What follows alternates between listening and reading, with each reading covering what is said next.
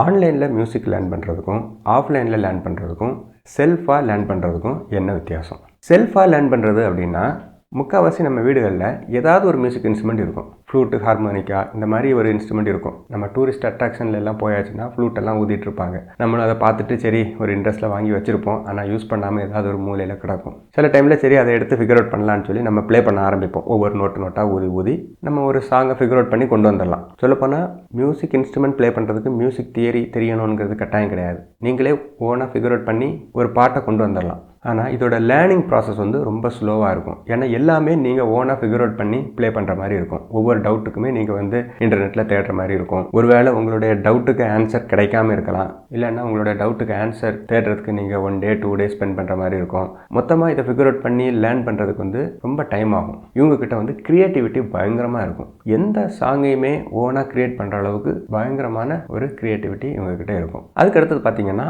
Offline கிளாஸ்னால் என்னென்னா நீங்கள் பக்கத்தில் ஏதாவது ஒரு மியூசிக் இன்ஸ்டியூட்டில் போய் லேர்ன் பண்ணுறது. இதுக்கு நீங்கள் வந்து மியூசிக் இன்ஸ்ட்ருமெண்ட் எல்லாம் கொண்டு போகணும்னு இல்லை. Maximum guitar, keyboard, piano, violin இதெல்லாம் இன்ஸ்டியூட்லேயே இருக்கும்.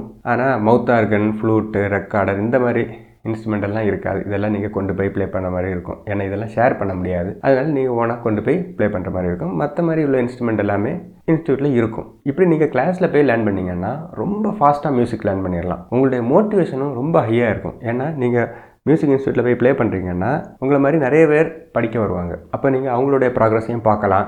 வேறு இன்ஸ்ட்ருமெண்ட் ப்ளே பண்ணுறவங்களே பார்க்கலாம். இப்போ கிட்டார் ப்ளே பண்ணுறவங்க, ட்ரம்ஸ் ப்ளே பண்ணுறவங்க. அதனால உங்களுக்கு ஒரு வைட் நாலேஜ் கிடைக்கும். என்ன டவுட்ஸுமே உடனே நீங்கள் கிளாரிஃபை பண்ணிடலாம். ஏதாவது ஒரு மிஸ்டேக் பண்ணாலுமே அதை கிளாரிஃபை பண்ணுறதுக்கும் ரொம்ப ஈஸியாக இருக்கும். எல்லா இடத்துலையும் மியூசிக் கிளாஸ் இருக்கான்னு கேட்டால் இல்லை. சிலவங்களுக்கு மியூசிக் கிளாஸுக்குள்ளே அக்சசிபிலிட்டி இல்லாமல் இருக்கலாம். அது ஒரு டிஸ்அட்வான்டேஜ். இன்னொன்று வந்து அடல்ட்ஸ் வந்து music class, offline music class attend பண்ணி நான் பெருசாக பார்த்ததில்லை. அது ஏன்னு நான் நினைக்கிறேன்னா, நான் கோயம்புத்தூரில் ஒர்க் பண்ணும்போது எனக்கு ட்ரம் செட் ப்ளே பண்ண ரொம்ப ஆசை. பக்கத்தில் இருக்க ஒரு இன்ஸ்டியூட்டில் போய் ஜாயின் பண்ணி லேர்ன் பண்ணேன். ஆனால் அங்கே போயாச்சுன்னா இருக்கிறதுலே சீனியர் மோஸ்ட்டு நான் தான்.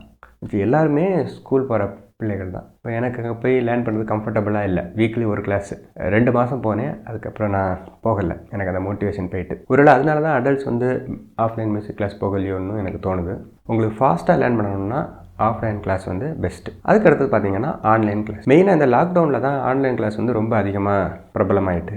ஆனால் இதோட லேர்னிங் ப்ராசஸ் வந்து கொஞ்சம் ஸ்லோவாக தான் இருக்கும். செல்ஃப் லேர்னிங்கோட ஃபாஸ்ட்டாக இருக்கும். ஆனால் ஆஃப்லைன் கிளாஸோட ஆன்லைன் கிளாஸ் வந்து லேர்னிங் ப்ராக்ரஸ் வந்து ஸ்லோவாக இருக்கும். உங்களுடைய பர்சனல் இன்ட்ரெஸ்ட்டை பொறுத்து இது மாறும். நம்ம அந்த டாபிக்குள்ளேலாம் போகலை. ஓவராலாக ப்ராக்ரஸ் வந்து ஆஃப்லைன் கிளாஸோட ஆன்லைன் கிளாஸ் வந்து ஸ்லோவாக தான் இருக்கும். அது போக மோட்டிவேஷனுமே கொஞ்சம் குறவாக தான் இருக்கும். ஏன்னா ஆன்லைன் கிளாஸில் இப்போ 1-to-1 இருந்தாலும் சரி, குரூப் கிளாஸாக இருந்தாலும் சரி, அட்டென்ஷன் வந்து ரொம்ப கிடைக்காது. அது போக ஸ்டூடெண்ட்ஸ் எல்லாம் பார்த்தீங்கன்னா 1 ஹவர்னா 1 ஹவரும் அட்டென்டிவாக இருப்பாங்களான்னு பார்த்தா இல்லை. ஆஃப்லைன் கிளாஸ்லேயே 1 ஹவர் கிளாஸில் 20 நிமிஷம் விளையாடிட்டு தான் இருப்பாங்க. ஆனாலும் ஒரு 48 minutes வந்து ஒர்க் அவுட் பண்ணுவாங்க. ஆனால் ஆன்லைன் கிளாஸில் வந்து கொஞ்சம் கஷ்டம். அதே மாதிரி ஒரு இன்ஸ்ட்ருமெண்ட் ப்ளே பண்ணுறாங்கன்னா அதை பார்த்து எந்தெந்த இடத்துல மிஸ்டேக் பண்ணுறாங்கன்னு அவ்வளோ கரெக்டாக வந்து பார்வையில் தெரியாது. ஏன்னா ஸ்க்ரீனில் வந்து எந்த அளவுக்கு அவங்க ஃபோக்கஸில் வச்சுருக்கிறாங்க அப்படின்னு சொல்ல முடியாது. ஹியரிங்கில் தான் எல்லாமே ஆக்சஸ் பண்ணுற மாதிரி இருக்கும். நிறைய சிக்கல்கள் இருக்குது. அவங்களுக்கு வந்து கனெக்டிவிட்டி பிரச்சனை இருக்கலாம்.